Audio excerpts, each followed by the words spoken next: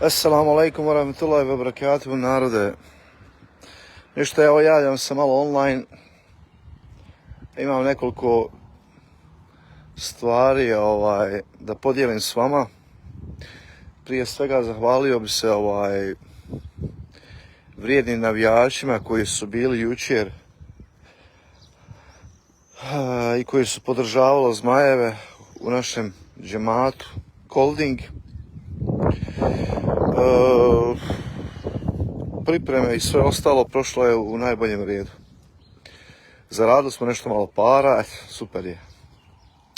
Međutim, opet, koliko sam insistirao da malo ljudi izađu iz svojih kuća i da malo dođu, da se družimo, da pogledamo utakmicu i tako dalje, opet nije bio odziv onakav kakav smo očekivali, ali hajde, kako je, tako je. Bilo je dosta djece, bilo je dosta mladi, bilo je i stariji, bilo je nas je, ne znam tačno, ali eto, bilo nas je, puna sala nas je bila, atmosfera je bila jako dobra, sve do nekih 70. minute utakmice gdje je počeo potop naših Zmajeva i veoma mi je žao što je se to tako desilo, Međutim, imamo još jednu šansu. Kao što bih rekao Sergej Barbarez, sljedeća utakmica popravit ćemo se, pa nadamo se, ako Bog da inšallah, da ćemo se popraviti ovu sljedeću utakmicu. Ništa, narode, znači sljedeća utakmica, prijenos uživo u našem džematu Kolding.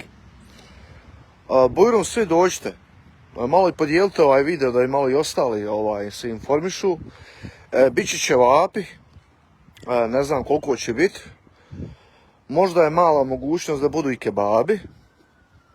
To još ne znamo, uglavnom gledat ćemo da se spremimo.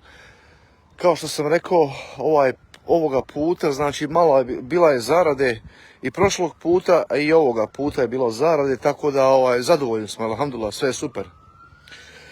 Znači, sljedeća utakmica je, ovo mene policija juri, nije, ali izgleda nekoga jure, a ne ambulansa, pa dobro. Znači, sljedeća srijeda, ako Bog da, znači Zmajevi igraju odlučujuću utakmicu u 9 sati po našem europskom vremenu protiv Katara. Obzirom da nisam neki strateg što se tiče ovih sportskih dešavanja, prvu sam utakmicu pogodio da ćemo igrati neriješeno i bilo je tako.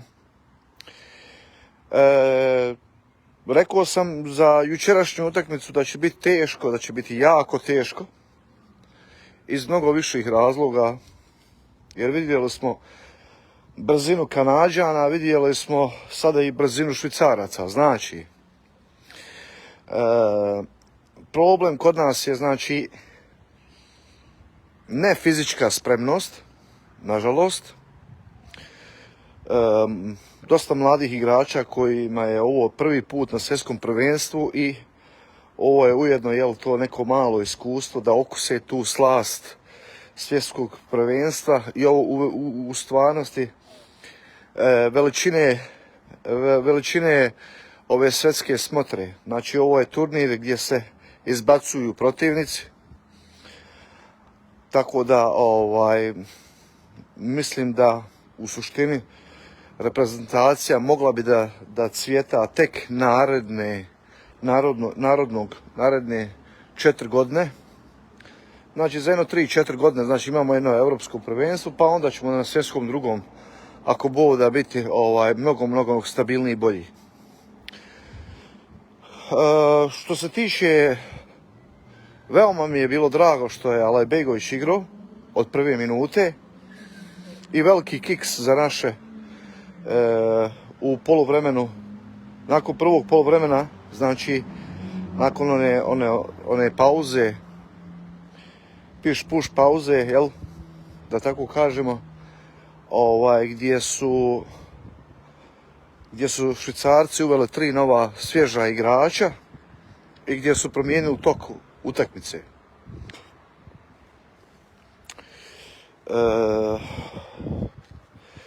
Pa ništa, evo, što se tiče zadnje, ja bih onako malo prokomentarisao ovo, što se tiče mene, evo, koliko već pratim reprezentaciju Bosne i Hercegovine, zaista branili su se nevjerojatno, jako dobro su igrali.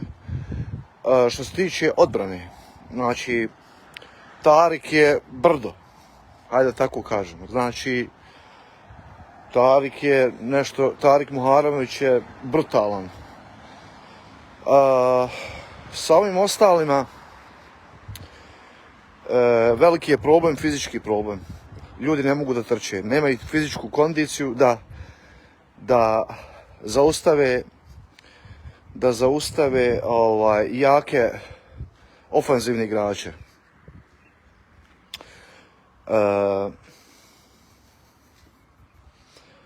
Kolašinac je dobro igrao prošlu utakmicu. Malo su me iznenadili pojedini igrači. Pojedini igrači su me jako iznenadili i rekao bi im imena. Znači, što se tiče veznog reda, ne mislim uopšte da bi trebao igrati ni Šunjić, ni Tahirović. Možda oni su pretrčali 10, 11, 12 km koliko su već pretrčali, ali nije bilo proteka lopti. Znači, vezni red nam je totalno dibidus. Tu smo ga propufovali, ne znam zašto je to tako. Gledao sam pojedine sportske stranice gdje su ljudi ogorčeni igrom baš tih igrača koje sam spomenuo. Tako da, nemam ni ja ništa drugo da kažem osim da pokušaju da vide sa ovim malim Ahmićem, što je dao gol protiv Švicaraca. Mali je eksplozivan, brutalno, ima jak udarac, ja mislim da bi to bilo nešto najbolje što se može desiti. Druga stvar,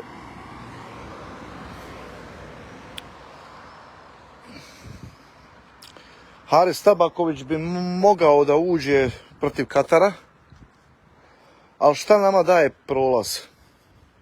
Daje nam sada velika gol razlika. Znači, ako bi Bosna i Hercegovina, ako Bog da, inšallah,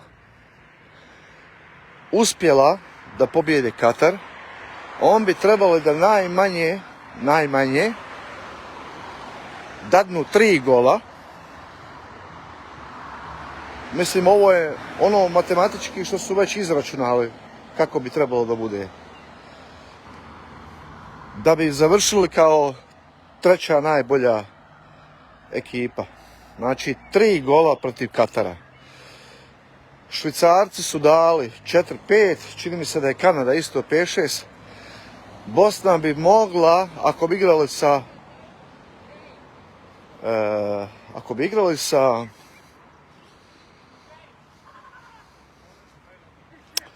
sa jednim igračem naprijed i onda bi imali vezni red kako treba. Ja mislim da je Bosna u stanju da dadne 3 gola Kataru. Ja mislim da su u stanju. Malo me je razočarao Barektarević. Nekako mi je sladak bio na početku. I sa brzinom, i sa ovim, i sa onim, ali se nije vraćao protiv Švicaraca. Nije se vraćao nazad i to mi je jako žao. Mnogo sam razočaran i ne znam šta da kažem na to. Jako mi je žao. Poludio sam, jučer mi se digao, tlak mi se digao, morao sam da mjerim. Onda kad sam došao kući, onda udri po medu i po orasima. Tako da se to malo stabilizira i eto. Evo i sad mi malo tlak mi poskočio, eto. Znači sve u svemu, ako Bog da inšala, znači, ima još jedna anegdota. Ima još jedna anegdota koju bi podijelio s vama, to jeste ono što sam primijetio što se tiče ove euforije u Americi, znači kod tog našeg naroda, kod naših navijača, kako kod mladih, tako i kod ostalih. Primijetio sam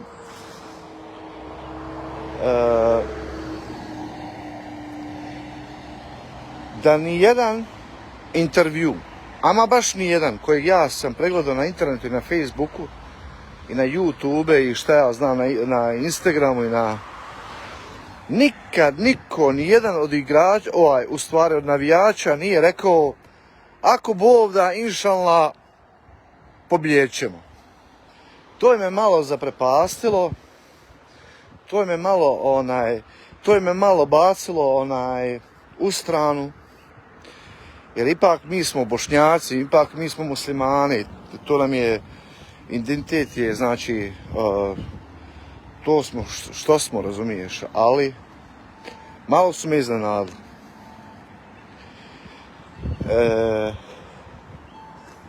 Allah uzvišen je u Kur'anu na najmanje 35 mjesta. Došao sam do tog podatka da uzvišen je Allah na 35 mjesta kaže da on sve može, da je on kadar sve. A mi opet pomoć tražimo od nekog drugoga i negdje sa strane. Ne mogu to da razumijem nikako. Znači to nikako ne mogu da razumijem. Lijepo je poslušati one pjesme i ono navijačko i ono šta ja znam, sve je to lijepo vidjeti, ali da sam i jedan navijač da je rekao ako Bog da inšallah, ako Allah dadne, pobijedit ćemo. Pa ko je taj koji je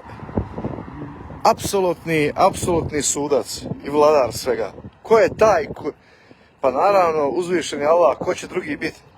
On je taj koji određiva šta će se dešavati. Međutim, ljudi opet nekako drugačije vjeruju i malo me to iznenadilo. Ali možda sam ja jedinka u tom svemu. No, znači da se vratimo nazad. Znači, utakmica Bosna i Hercegovina, naši Zmajevi igraju, znači sljedeća srijeda. Imat ćemo, znači, direktan prijenos opet.